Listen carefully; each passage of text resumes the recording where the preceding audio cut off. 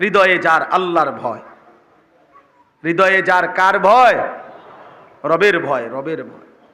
আমার মালিক কি বলবে, আমার আল্লাহ কি বলবে, আমার মালিক কি বলবে।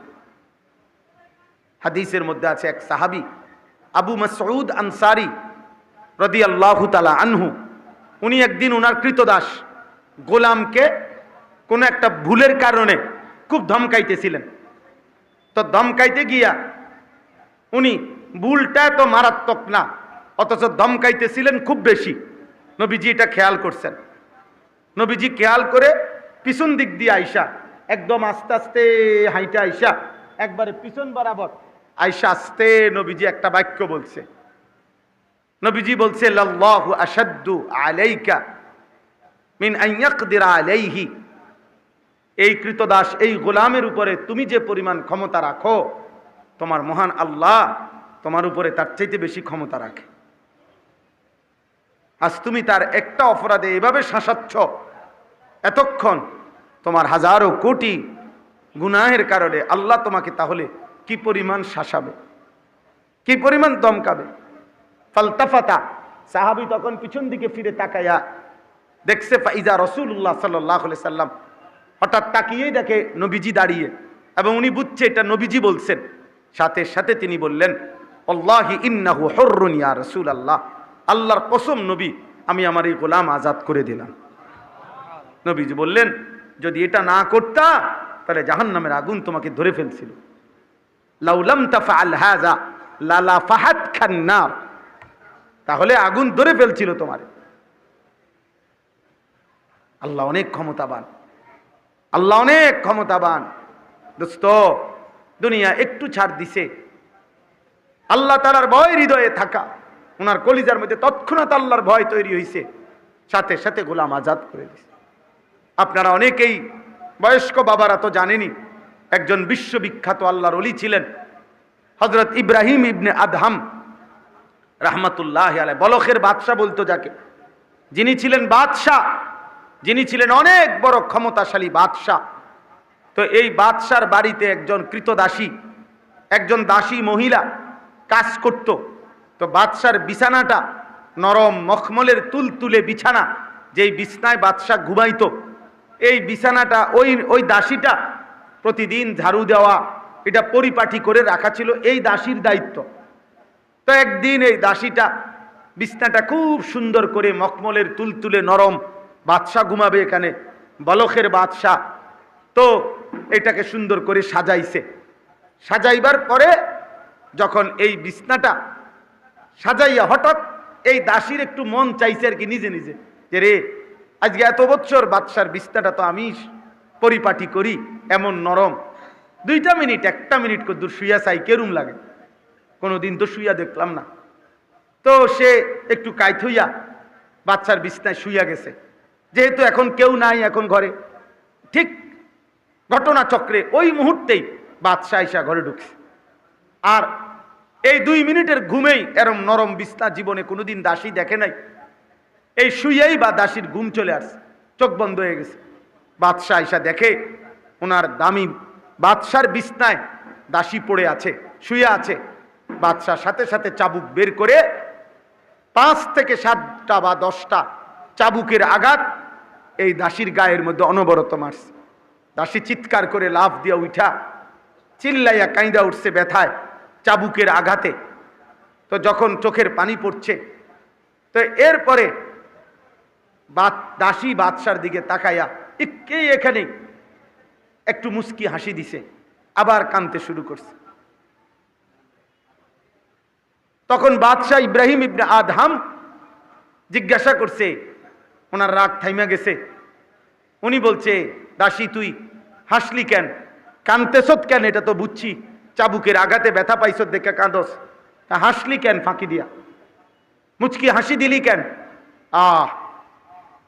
কিতাবে আমরা পড়ছি, বয়ানও শুনছি, আওলাদে রসুল সৈয়দ আব্দুল মজিদ নদীম সাহেবের বয়ানে আমি শুনছি। তখন ওই দাসী বলছে, বাদশাহ আপনার দিকে একটা নজর তাকাইলাম, আর মনে মনে এই কথা মনে করে হাসি দিলাম যে হায়, মাত্র 5 মিনিট এই নরম মখমলের বিছানায় ঘুমাইলে যদি এতগুলো বেতের আঘাত সইতে হয়, যে বাদশাহ আজকে বছরের পর বছর এই বিছনায় ঘুমায়, সে জানি তার মালিকের কাছে কত বেতের আঘাত সইব।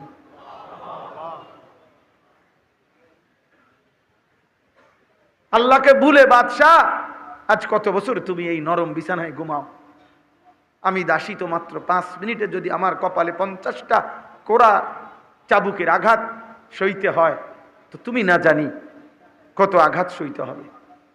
এই কথা মনে করে হাসি দিলাম। কিতাবে লিখছে, ইব্রাহিম ইবনে আদহাম চিৎকার দিয়ে উঠছে, দাসী তুই আমার এটা কি শুনাইলি? হায়, আসলেই তো আজ তো বহু বছর আমি আমার মালিকের নাফরমানিতেই ডুবে আছি। এরপরেই ইব্রাহিম ইবনে আদহাম এই বাদশাহী, বলখের বাদশাহী ছেড়ে জঙ্গলে চলে গেছে।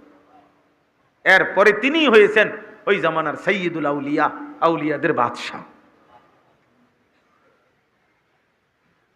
এজন্য দোস্ত, আল্লাহর ভয়, আল্লাহর ভয়, আল্লাহর ভয় করো। কিশোর ভাই, নওজোয়ান, প্রিয় যুবক, নষ্ট হইও না বাপ। কেউ মনে রাখবে না এই নারী ছবি দেখে, মোবাইলের অস্থির দৃশ্য দেখে তোমরা যারা যারা নিজের জীবন নষ্ট করে ফেলছো। তোমাদের অধিকাংশের চেহারা 18 বছর 16 বছরে দোস্ত চেহারা আরো সুন্দর হওয়ার কথা। গুনাহ তোমাদের অনেকের চেহারা তোমাদের ভিতরে ঢুকায় ফেলছে চাপা। তুমি দেখো, কোনো ভালো মানুষকে জিজ্ঞাসা করে, এত কম বয়সে চেহারা আরো ফুটফুটে থাকার কথা। এই অসভ্য ছবি, অশ্লীল দৃশ্য, নারীর তোমার হারাম কল্পনা, নিজেদের হারাম বীর্যপাত, নিজের হাত নিজের লজ্জাস্থানে নাপাক ব্যবহার, এই সব কিছু তোমাদেরকে ধীরে ধীরে চেহারা বিকৃত করছে। আল্লাহকে ভয় করো, আল্লাহকে ভয় করো, আল্লাহকে ভয় করো, আল্লাহকে ভয় করো।